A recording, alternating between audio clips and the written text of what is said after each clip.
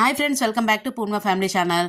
మేము సమ్మర్ వెకేషన్కి ఊటీ అయితే వెళ్ళాం కదండి. ఆ వెళ్ళిన వీడియోస్ అయితే అందరూ మంచిగా అయితే ఎంకరేజ్ చేస్తున్నారు, మంచిగా అయితే వ్యూస్ వస్తున్నాయి. చాలా థ్యాంక్స్ అండి. ఇంకా ఎవరైనా వాచ్ చేయలేని వాళ్ళు ఎవరైనా ఉంటే తప్పకుండా వాచ్ చేయండి. నా ఛానల్లో అయితే తప్పకుండా ఊటీకి సంబంధించిన అన్ని ఇన్ఫర్మేషన్తో వీడియోస్ అయితే కంపల్సరీగా ఉంటాయి. తప్పకుండా వాచ్ చేయండి. ఇక్కడ కన్ఫ్యూజ్ లేకుండా వీడియోస్ అయితే 1 by 1 పెడుతూ ఉంటున్నాను. అంటే ఒక్కొక్క స్పాట్ని చూపిస్తున్నాను.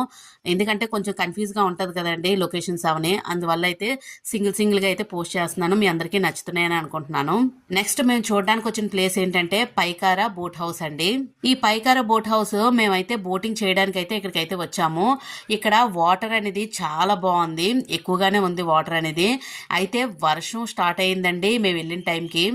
మేము నార్మల్గా ట్రావెల్ దగ్గర బస్ దిగి కిందకి నడిచి వెళ్ళినంత వరకు బాగానే ఉంది. మేమైతే గొడుగులు తెచ్చాం కానీ బ్యాగులో అయితే మర్చిపోయామన్నమాట, గాబరాలోనే ట్రావెల్స్లోనే ఎక్కేటప్పుడు. అందువల్ల ఇంకా చేసేదేమీ లేదు, వర్షం పడితే పడింది, ఎలాగైనా బోటింగ్ చేసేయాలని చెప్పేసి ఆతృత అయితే ఇక్కడ వరకు వచ్చేసాము. అయితే మనకి ప్రాబ్లం ఏం లేదండి, వర్షంలో తడకూడదు అనుకునే వాళ్ళకి అక్కడ గొడుగులు అవని అలాగే రెయిన్ కోట్స్ కూడా అమ్ముతారు.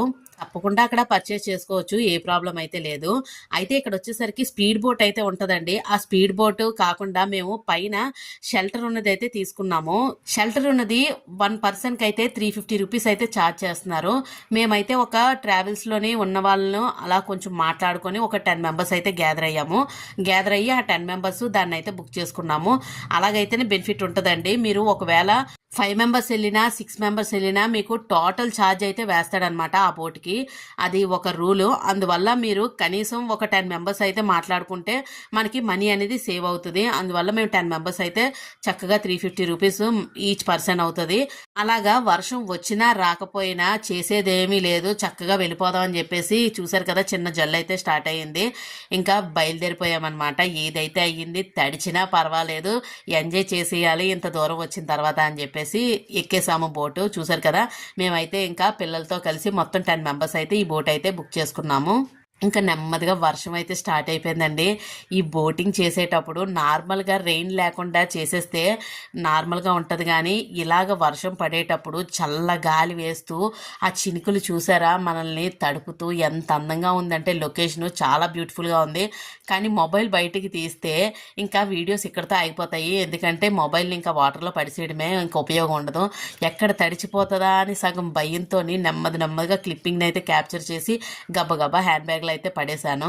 కానీ లొకేషన్ మాత్రం అదిరిపోయింది. చలి మామూలుగా లేదండి, గజ వణికించేసింది. మేము వర్షానికి అయితే ఫుల్గా తడిచిపోయాము బాగానా. సడన్ గానండి అప్పటికప్పుడే క్లైమేట్ చేంజ్ అయిపోయింది. అందరం షెల్టర్ కోసం అక్కడ ఎంతసేపు వెయిట్ చేసినా టైం వేస్ట్ అని చెప్పేసి ఇంకా తడిస్తే తడిచామని చెప్పేసి వెళ్ళిపోయాము. వాళ్ళు ఒకవేళ వర్షం అయితే బోటింగ్ ఆపేస్తారేమో అని అనుకున్నాం, కానీ ఎవరు అలా డౌట్ పడకండి. ఒకవేళ వర్షంలో కూడా మీరు ఎంజాయ్ చేస్తామని అనుకున్న వాళ్ళు అయితే మాత్రం తప్పకుండా ఈ బోట్ హౌస్ అయితే వెళ్ళండి. పైకారా బోట్ హౌస్ కంపల్సరిగా ఎంజాయ్ చేయొచ్చు. వాళ్ళు వర్షమైనా కూడా చక్కగా తీసుకెళ్ళిపోతారు. చూసారు కదా, చక్కగా ముత్యాల్లాగా ఆ వర్షం నీటి చూస్తుంటే ఎంత హాయిగా ఉందంటే ప్రాణానికి. చాలా చల్లగా ఉంది, మాకైతే గజ వణికించేసింది. బాగా ఎంజాయ్ చేసాము అసలు ఈ బోట్ హౌస్లోని. మనం ఏదైనా బోటింగ్ చేసేటప్పుడు నార్మల్గా బోటింగ్ చేసుకుంటూ వెళ్ళిపోతాము, లొకేషన్స్ అవి చూసుకుంటూ వచ్చేస్తాము. కానీ ఈ వర్షం తడుస్తూ ఉంటే మా ఎంజాయ్మెంట్ రెట్టింపు అయిందని అనుకోవాలా. చూసారు కదా, లేక్ అయితే చాలా పెద్దది, చాలా బాగుంటుంది. తప్పకుండా ఊటీ వెళ్తే మాత్రం పైకారా బోట్ హౌస్ మాత్రం అస్సలు మిస్ కాకండి. ఊటీలోని మంచి ప్లేసెస్ ఉంటాయండి, అవి కొన్ని మనం ఫిక్స్ అయిపోవాలి. వాటికి కంపల్సరీగా వెళ్ళిపోతే వర్త్ ఉంటుంది అనమాట. మనం ఊటీ చూసాము, ఊటీలోని మంచి లొకేషన్స్ని మనం క్యాప్చర్ చేసుకున్నామని మన బ్రెయిన్లో ఉండిపోతుంది. లేదు అంటే కొన్ని ప్లేసెస్ అయితే ట్రావెల్స్ వాడు మిస్ చేసేస్తాడు, డిసప్పాయింట్ అయిపోతాము. ఇక్కడ వచ్చేసరికి బొనాంజా రెస్టారెంట్ అండి. ఫుడ్ అయితే పర్వాలేదు, అంత బ్యాడ్ అయితే అనుకోకూడదు, పర్వాలేదు, తినేయొచ్చు. మరి ఏం చేస్తామండి, కొన్ని సందర్భాల్లో ఎక్కడ ఏది దొరికితే ఆ ఫుడ్ని మాత్రం అడ్జస్ట్ అవ్వాలి. అదొకటి గుర్తుపెట్టుకోండి. ఏదో ట్రావెల్స్ చేస్తున్నామని అనుకున్నప్పుడు ఏ ఫుడ్ దొరికినా తినడానికి ట్రై చేయాలి. ఇంకా నెక్స్ట్ వచ్చేసరికి మేము వైల్డ్ ఫారెస్ట్కి అయితే వెళ్ళాము. అడవిలోని మేము లైవ్లో అయితే యానిమల్స్ అయితే చూసాము, అలాగే అడవి లోపలికి కూడా వెళ్ళాము. ఆ వీడియో నెక్స్ట్ వీడియోలో అయితే వచ్చేస్తుంది. తప్పకుండా ఎక్కడ స్కిప్ చేయకండి నా వీడియోస్ని, మంచి వీడియోస్ అయితే ఉంటాయి. మీకు ఈ వీడియో నచ్చితే లైక్ చేయండి, షేర్ చేయండి, సబ్స్క్రైబ్ చేసుకోవడం మాత్రం అస్సలు మర్చిపోకండి. Thank you for watching.